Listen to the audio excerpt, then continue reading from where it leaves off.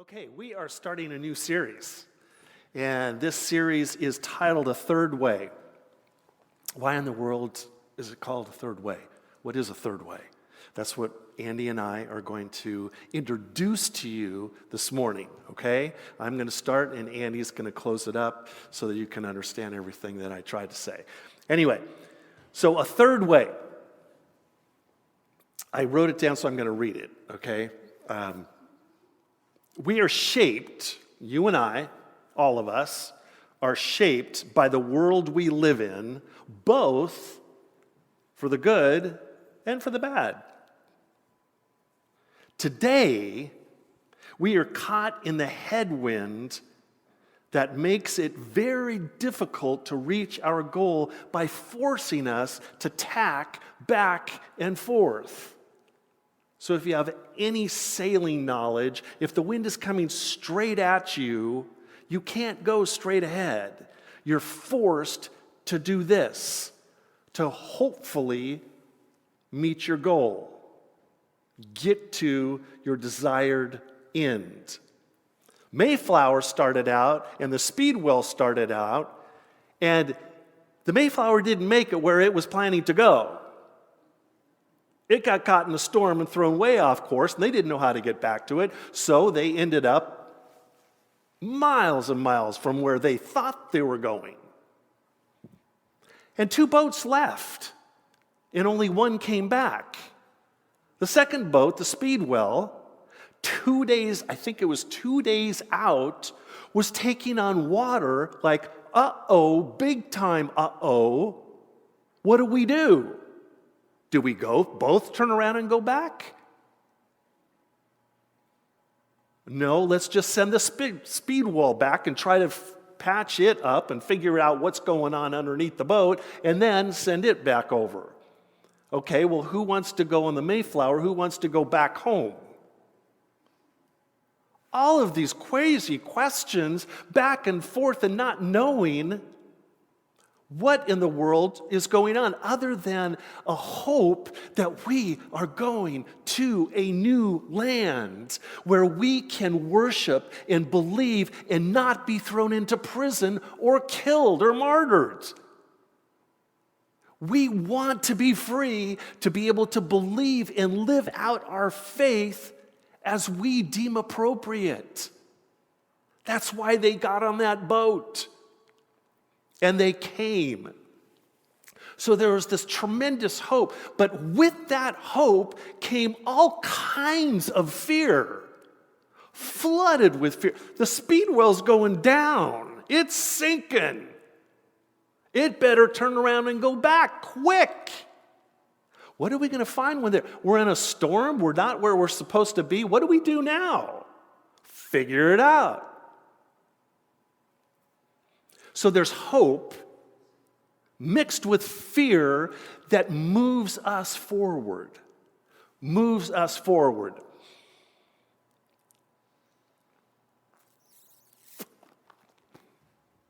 Okay, 3 points. Here's my 3 points. How do we deal with the good and the bad? How do we, when I say we, I mean us. I mean myself and you individually. How do we deal with the good and the bad that is surrounded in our culture today? Makoto Fujimura, culture care. This will be a primer for us for the next few months. Culture care. It is a third way other than culture wars. And I don't care if you're on the left or the right. Both point fingers. Both hear words and shut down. Both are in error, I believe, and I'm in that boat. This offers a third way, culture care, which changes everything to the positive. Everything to the positive, which is what the church is supposed to do, not only do, but be. Okay? All right. So, how do we deal with the good and the bad that is so saturated in our culture today? Second, how do we deal with people different from ourselves? How do we deal with them? How do we relate to them? Or do we relate to them? And lastly, thirdly, what do we individually bring to the table? What do I bring to the table? What do you bring to the table? Every single one in this room. So those are the three main points, all right, that I'm going to talk about. So Matthew 13, 24 through 30. Wheat and weeds is what I call it. Again, here's the question. How do we deal with the good and the bad? All right? Matthew 13, beginning with verse 24. Jesus put another parable before them, saying, "The kingdom of heaven may be compared to a man who sowed good seed in his field. But while his men were sleeping, his enemy came and sowed weeds among the wheat and went away. So when the plants came up and bore grain, then the weeds appeared also. And the servants of the master of the house came and said to him, 'Master, did you not sow good seed in your field? How then does it have weeds?' He said to them, 'An enemy has done this.' So the servants said to him, 'Then do you want us to go and gather them?' But he said, 'No, lest in gathering the weeds you root up the wheat all along with them. Let both grow together until the harvest. And at the harvest time I will tell the reapers, gather the weeds first and bind them in bundles to be burned, but gather the wheat into the barn.'" Wheat and weeds. What do we do with wheat that is good and the weeds that are bad? What do we do on a cultural level with the good and the bad? So, Makoto in Culture Care changes the image to something that fascinates me, and that is an estuary. Exactly what an estuary is was still a little fuzzy in this brain. This is 4 months ago. Little fuzzy in my head, and so I busted open the dictionary, and sure enough, it's exactly what Makoto said it was. It is where the fresh water meets the salt water. And it's a blending, a polluting of the both. It's brackish water. That's an estuary. And he brings out how lively this estuary is, this mixture of fresh water and salt water. It is teeming with life, and a diversity of life. Does that not sound like our culture today?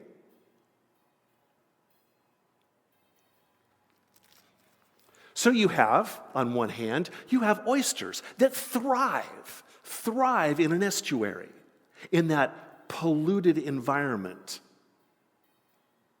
They're stable. They're not going anywhere. The only thing that can happen to them is to die if it gets too polluted.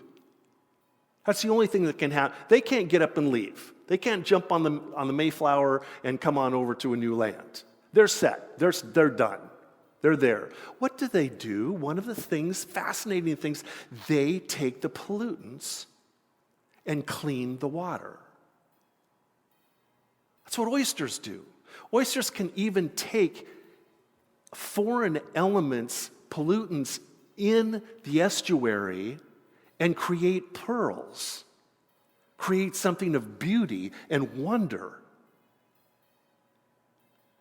Those are oysters in an estuary.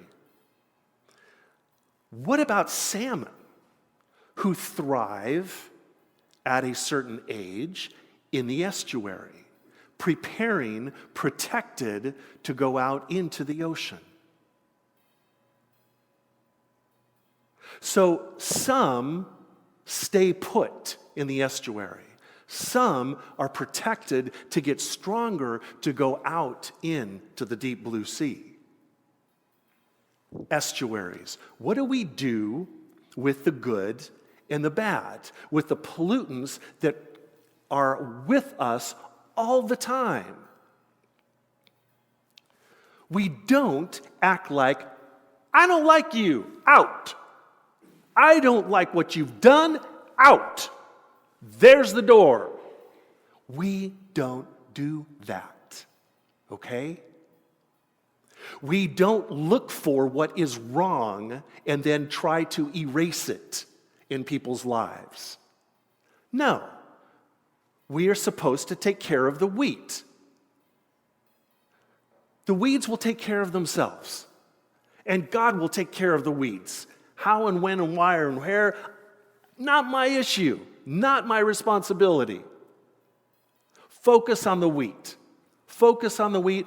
Don't focus on getting rid of the weeds.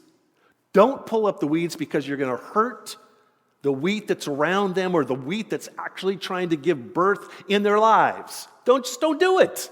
That's what Jesus' parable says. Okay, second. 1 Corinthians 9. 1 Corinthians 9:19. The question is, how do we deal with people different than ourselves? 1 Corinthians 9:19. For though I am free from all, I have made myself a servant to all, that I might win more of them. To the Jews I became as a Jew in order to win Jews. To those under the law I became as one under the law, though not being myself under the law, that I might win those under the law. But to those outside the law, Gentiles, I became as one outside the law, not being outside the law of God, but under the law of Christ, that I may win those outside the law. To the weak I became weak, that I might win the weak. I have become all things to all people, that by all means I might save some. So how do we deal with those that are different than us? I become all things to all people, that by all means I might save some. That's how we are to treat people that are different than us.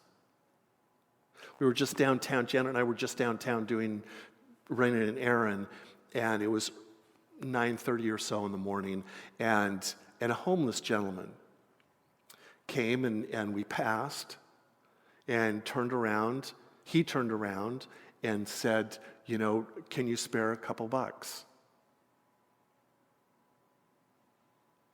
And I don't know why, I immediately grabbed my wallet, said, sure. And I gave him a few bucks. Why did I do that? I don't do that all the time, but I did it then. Why did I do that? His world is so far different than my world. And I'm going through this service. I'm going through this message, going, what are you going to do? What are you going to do? There was just no hesitation whatsoever. I'm going to help him. And he responded to me, God bless you. God bless you. How do we deal with people that are different than us? That's critically important. Critically important. Paul learned that lesson. Paul was killed because of how he treated Gentiles. He was killed for that. The question is, How do we deal with people different than ourselves? We come alongside them. We embrace them. We treat them with dignity and respect. Everyone who's different, even a Gentile, even a Jew, everyone, all. Lastly, 1 Corinthians 12, 4 through 7. And the question is, so what do we individually bring to the table? 1 Corinthians 12, 4. Now therefore there are variety of gifts, but the same Spirit. There are varieties of service, but the same Lord. And there are varieties of activities, but it is the same God who empowers them all in everyone. To each, to me, to you, to each is given the manifestation of the Spirit for the common good. So then he goes through the whole thing about the body. And some are hands, some are toes, some are earlobes. You know what that passage is all about. But what I want to close with and key off with is that every single one of us has manifestations of the Spirit to bring care into our culture. We do. We do. With that homeless gentleman that I just turned and opened my wallet to, that was just a generative act of grace, of kindness, going, yes, I have a couple of dollars for you.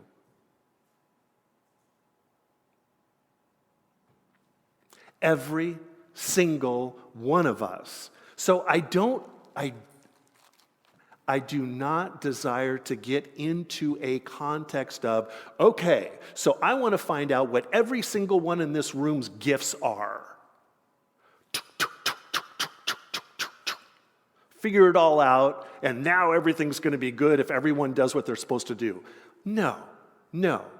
Become all things to all people. I don't know who you're going to run into. I don't know who I'm going to run into after I leave church or even that church.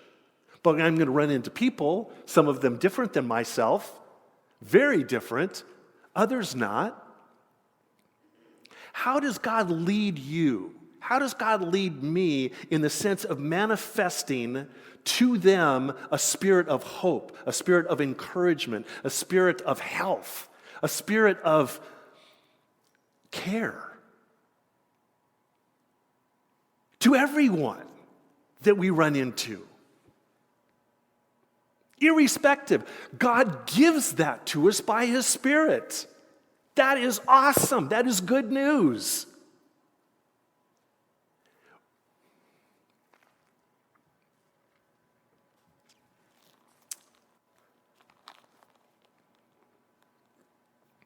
How do we deal with the good and the bad? How do we deal with culture wars? We change it to culture care. I want to be an individual.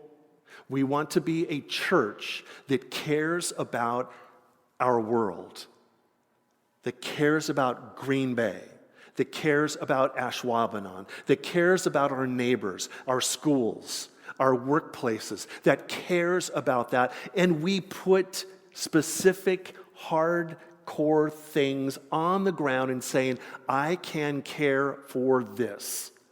That little shift from announcements to invitation is kind of just a simple thing that we thought of on Wednesday, that the group that was brainstorming thought of Wednesday. Let's turn this into an invitation. And so then it hit me, Friday it was, I think, how do we turn invitations into a bouquet of flowers that Makoto speaks about, that Andy's going to speak about right now? Andy, your turn. All right. So Mark brought up this topic, this book, Culture Care, about 3 months ago. And I hadn't read it yet, of course. And so I started reading it, and I realized that this is really powerful stuff, especially in a time where it is very polarized, especially in America. And the thing I wanted to read about this book is kind of the premise behind what culture care means. And the story starts like this. Makoto Fujimura and his wife just got married. They had no money. He's working, but he's barely getting by. Every day they're just picking up a can of tuna, opening it up, and that's what they're having for dinner. That's where they're at. They're living paycheck to paycheck, and it's hard. And he said one day he got home from work, and right in the middle of the table was a bouquet of flowers that his wife had bought. And he was upset immediately. He said, "What are you doing? We can barely get by. We are literally surviving on cans of tuna right now. And you spend money on a bouquet of flowers." And the next thing he said changed his life forever. She said, "We have to feed our soul too. We have to feed our soul as well." And that hit me hard because I wanted to know, what does that actually mean? Well, he says culture care is to bring our cultural home a bouquet of flowers so reminders of beauty are present even in the harshest environments. And I realized that for me, I'm kind of a utilitarian. I want everything to have a function, a bottom line. If I put something into it, I want to get at least that much back out of it. So I get why Makoto was like, hello, what are we going to get out of this bouquet of flowers sitting on our table when we're just trying to survive? I totally understand that. And back 4 years ago, we had just left Washington, D.C. And when we were in Washington, D.C., if we were to buy a home, we would have to spend a minimum of $320,000. And that would not be a nice home. That would be a fixer-upper with maybe 2 bedrooms. That would probably cost another $50,000 to even live in. It was not easy to find a place to live in D.C. So for 12 years of our marriage, we went from apartment to apartment. And we just decided, when we go to Green Bay, this place has good housing. It's affordable. We're going to buy a house right off the bat. We're not going to get an apartment. We just don't want to do that anymore. So I called around, I talked to some of the people at the church that we were about to head to, and we bought a house before we even moved here. In fact, the only time I ever saw it in person, I know this is crazy, is when I flew here for an inspection. So I got an inspector. He's like, "Yeah, it looks pretty good. There's a few things. We want to get it fixed." So we asked the sellers, they fixed it, and we're good. So we get there, and I remember going in the basement, and we're barely making it, honestly. And I went in the basement, and I'm doing laundry, and I just realized I'm 5'9", and I am bending over to walk through this darn basement. It was about 6-foot ceilings, and there were heating ducts. There are heating ducts in there, so occasionally a 5'9" human being has to bend over to get through areas in your own basement. I was regretting our decision. Then come to find out, we decided to take 2 walls down, and this insulation started falling out of the wall. I was like, "What is that?" "I don't know, let's vacuum it up." My dad and I were working on it. Biggest mistake I could have ever made. It ended up being vermiculite, which was laced in asbestos. So we've got that. Chrissy tosses the vacuum cleaner out in a pile of rubble in our yard. We're not keeping that. You weren't supposed to vacuum that up. You're not supposed to disturb it. Then we find out the basement has 9-inch by 9-inch tiles covering the floor, asbestos from the 1940s. So we realize we're in an asbestos sandwich, as Chrissy likes to remind me. And we're trying to figure out, how in the world are we going to live in this place? We just bought a house. It's not like you just go off and, sell this thing, we're out, and deal with the losses at this point. So we're kind of living in survival mode. Chrissy had left on a vacation. I went with her and the kids for a week, and she was there for a week in Indiana. And while she was gone, I really thought, I just feel like doing something with all the wood I have. I had a bunch of pallets. And I'm going to do something. I'm going to surprise Chrissy. So I took a bunch of pallets and I ripped them all apart.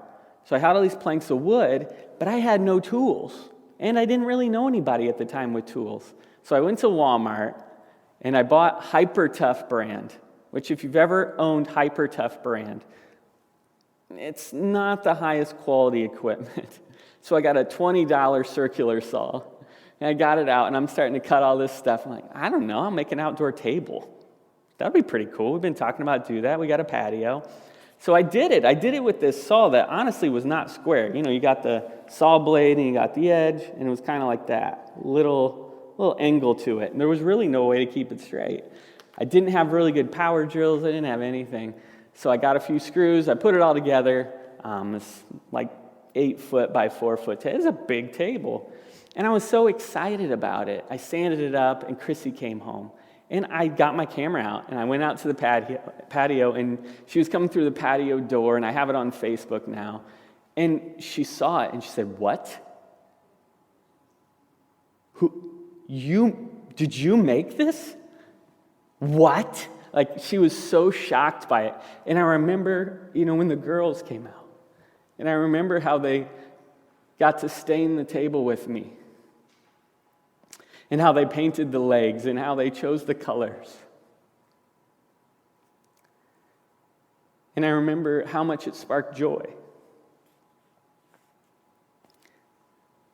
Because we were living in survival mode. But doing something creative and generative started a chain reaction. It started a chain reaction of hope, really. And isn't that funny how that works? When we're living in survival mode, we don't really try things because we're just trying to get by. We don't even have time for that. But if you just step out and say, I'm going to do something creative, I'm going to do something generative, maybe people think it's wasteful. But if you just do that, it seems to offer up like this symbol of hope. We're going to be okay. And I think that little table, or that big table in our backyard, in our back patio, was like a symbol of hope for us. And it can be much simpler than trying to build a table. It can be forgiving someone who didn't expect it. You know how that does that, right? As a chain reaction of hope, it's something unexpected. During our first service, Grant Becker asked if he could sing a song called Reckless Love. And I was like, yeah, let's do it. And that's Tamara Becker's son, if you don't know. How old is he? Probably about 10? I'm not good with those ages. You'd think I would be. My kids are 10 and 12. 13. But, so he sings Reckless Love, and the minute he starts singing, I'm like, he's really good. And it's beautiful. It was shockingly good. It was so unexpected, and it was him offering up a gift that was creative, it was unique, and it came out of nowhere. But isn't that what it is?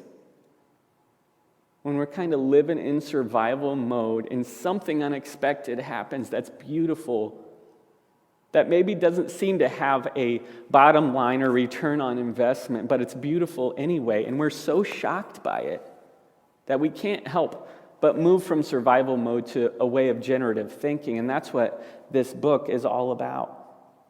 I think we all have memories like that. I think we all have memories where we've been kind of surprisingly pushed out of survival mode.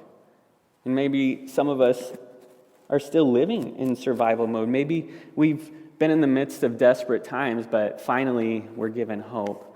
And that's what this simple thing is all about, because when we bring something creative, generative, when we forgive someone who didn't expect it, when we listen to someone who was mean to us,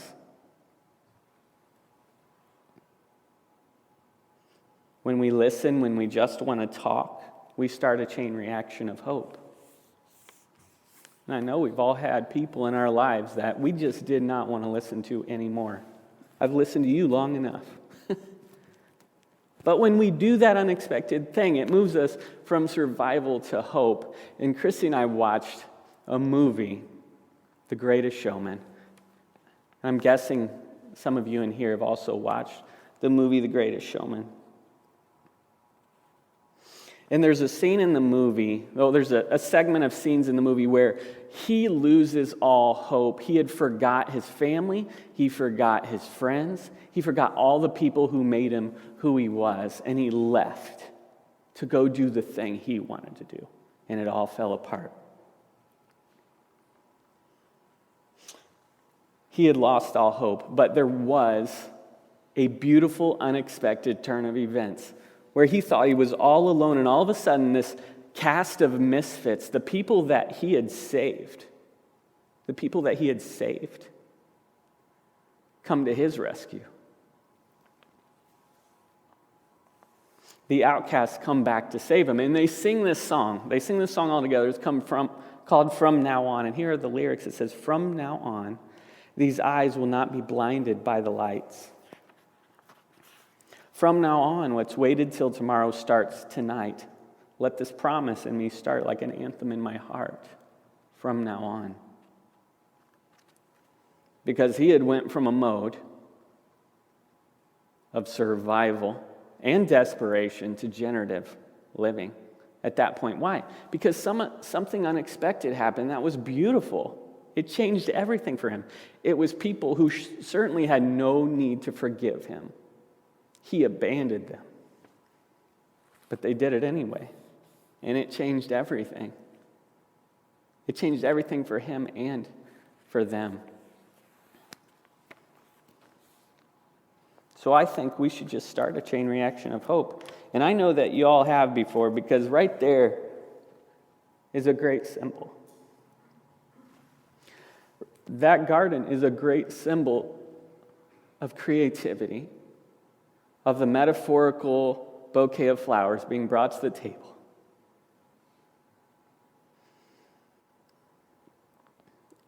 When many of us feel like Pilgrim is in survival mode. But things like that start a chain reaction of hope. Because we don't create anything from nothing. Whatever happens out there is going to happen because it was given to us.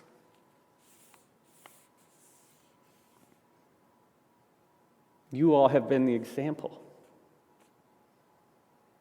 of bringing the metaphorical bouquet of flowers to the table in survival mode. When we were desperate, you have started a chain reaction of hope because of your investment. And it's not simply there, it's how you smile at me. It's how you smile at my kids. It's when you offer your hand to them to help them. It's when you listen. It's when you welcome in people that normally wouldn't set foot inside a church. That's what's happening here at Pilgrim. As we continue on this series of culture care, the whole goal is to move from survival mode to generative living. And isn't that the goal here at Pilgrim? And I know we're doing it. One little symbol of hope at a time. Let's pray. Yeah, God, I thank you so much that you already offered so many examples for us in the Gospels, filled with ideas of hope when there didn't seem to be any. I think of the woman with the alabaster jar, and she pours all that perfume out, and all the people around in the room are saying, "What are you doing? We could have used that for so many more purposes." But you said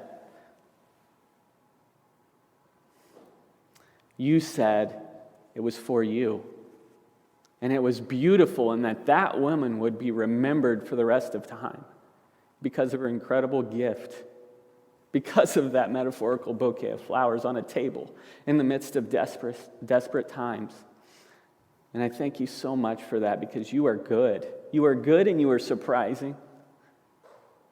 And you filled this world with people that constantly do surprising things. And help us to look for that in people. In Grant Becker.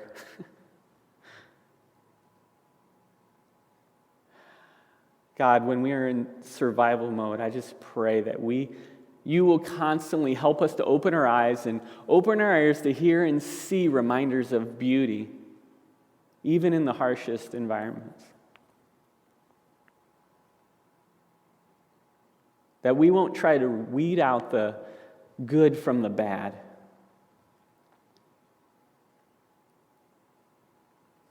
That we will simply start a chain reaction of hope.